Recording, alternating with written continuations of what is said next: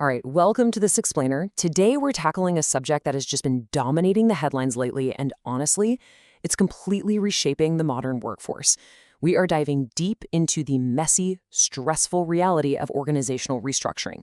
But more importantly, we're going to explore exactly how you can navigate and actually thrive during a layoff. So whether you've just received a pink slip, maybe you're anxious about some wild rumors flying around the office, or you've survived a round of cuts and you're carrying the heavy weight of the aftermath, this explainer is built specifically for you. Let's get right into it. So, during a recent deep dive discussion, the International Institute of Business Analysts shared this perspective, and it perfectly challenges that immediate, panic-driven response we all have to losing a job. They said, "My mindset is that the door was closed, and now there's a hallway full of new opportunities." I love that. When that door slams shut, it is so incredibly easy to just stare at the wood and feel totally defeated. But what if that closed door has actually forced you out of a stagnant, boring room and into this vast, wide open hallway? That single mindset shift, it changes absolutely everything we're going to unpack today. Section 1. The reality of layoffs. Navigating era-defining disruptions.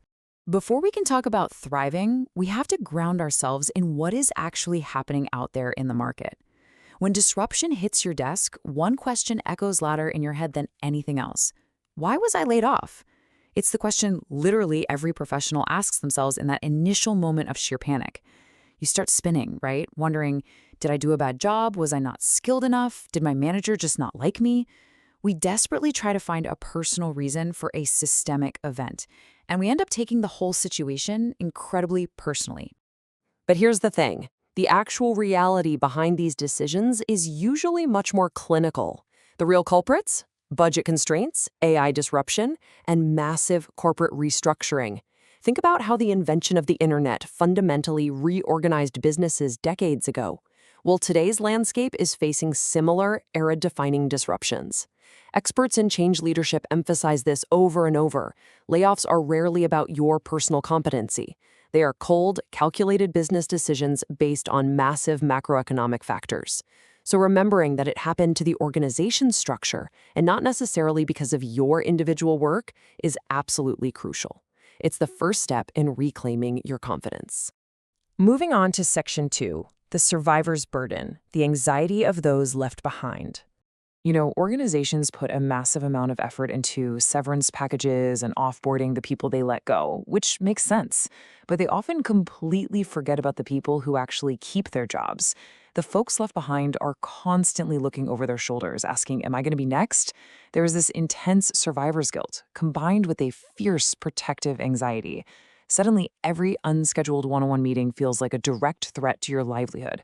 Productivity absolutely tanks because everyone is just waiting for the other shoe to drop, desperately trying to protect their own careers, while, by the way, carrying the extra workload of their former colleagues. From a neuroscience perspective, human behavior during these times is honestly fascinating. Our brains can actually handle concrete bad news, like being told your team is being downsized today, much better than being left completely in the dark. Enduring uncertainty just causes us to spiral. We make up wild stories to fill the information void, and I guarantee you those stories are usually much, much worse than reality. Honest, transparent communication from leadership is always better than radio silence, because uncertainty, that is what ultimately breaks a team spirit. Which brings us to Section 3, navigating the change curve, normalizing the emotional toll. Whether you were the one let go or you're a survivor watching your team vanish, there is a very real emotional toll here that we desperately need to normalize. We have to define what you're actually going through, and it's beautifully captured by the Kubler-Ross curve. If you're not familiar, this is a model illustrating the psychological process of dealing with grief, ending in acceptance. Listen, losing a job, losing your work family, your daily routine, your financial security, it truly feels like grief. It is so vital to validate those feelings. You aren't just stressed, you are mourning a real loss. When you experience this kind of loss, you naturally move through some specific steps. Step 1 is denial, just thinking, no way, how could this be happening to me? Step 2 is confusion, where you're striving to figure out your next move, but you're doing it in this thick haze of anxiety and mixed signals. But the ultimate goal here is to push through all that discomfort to Step 3, acceptance. And look, acceptance doesn't mean you're suddenly happy about the situation. It just means you recognize the reality of what happened, you've stopped fighting the past, and you are fully ready to regain your forward momentum. Acceptance is your launch pad. All right, section 4, the architect mindset, taking control of your reality. This right here brings us to the true climax of our discussion, the stoic pivot. You absolutely cannot control a layoff, but you possess total, 100% control over your reaction to it. You've got a choice. You can adopt a victim mindset where you believe the future is just happening to you, leaving you feeling sad and helpless. Or you step into the architect mindset, deciding that you are the creator of your future. This shift dictates whether you spiral downward or whether you grow. Because think about it, the energy you put into mourning the negative circumstances is the exact same energy you could be putting into manifesting positive outcomes. This crucial point is summarized perfectly by change leadership experts with this exact quote. You can't control what's going to happen to you. What you can control is how you react to it. It's a bit of tough love, for sure, but it's a truth meant to completely empower you. You have to take radical responsibility for your next steps. Have your pity party for a minute, grieve the loss appropriately, but then you have to bounce back and start building again. Think of a severance package like baking ingredients. Everyone impacted by the layoff might be handed the exact same flour, sugar, and eggs. Maybe it's a free month of salary, the same standard recruitment tools, the exact same outplacement services. But you are going to get a very different cake, depending on the baker. Even with identical resources, your individual effort, your resilience, and your willingness to actually act determines your specific outcome. The ingredients don't make the cake. You do. And finally, section 5, upskilling for the future. Becoming unignorable. A layoff surprisingly hands you a very rare gift. It gives you time. And right now, time is currency.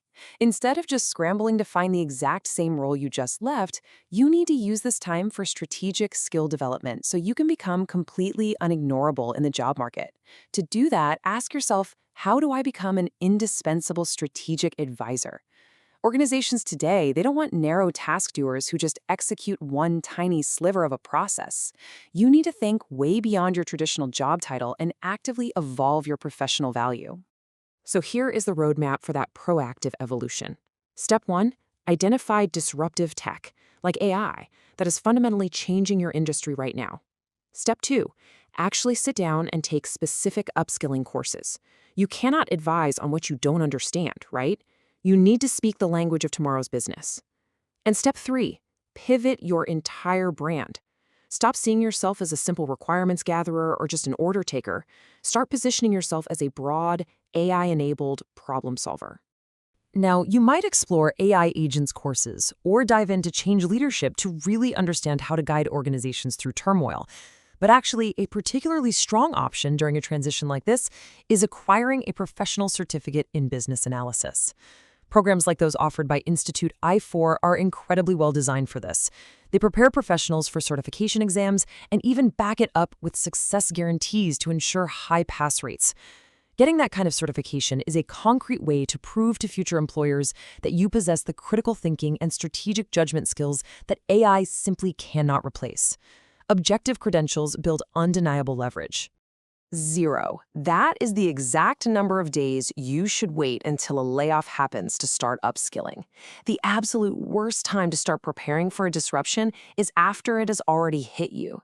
Continuous learning, networking, and evolving your skill set must happen long before the organizational changes occur.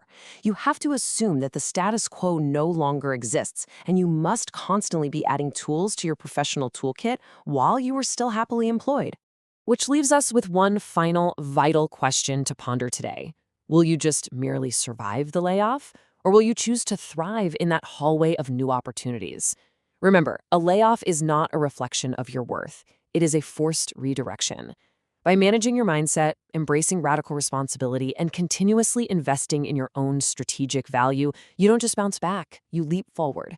So I challenge you, go out there and be the architect of your own future.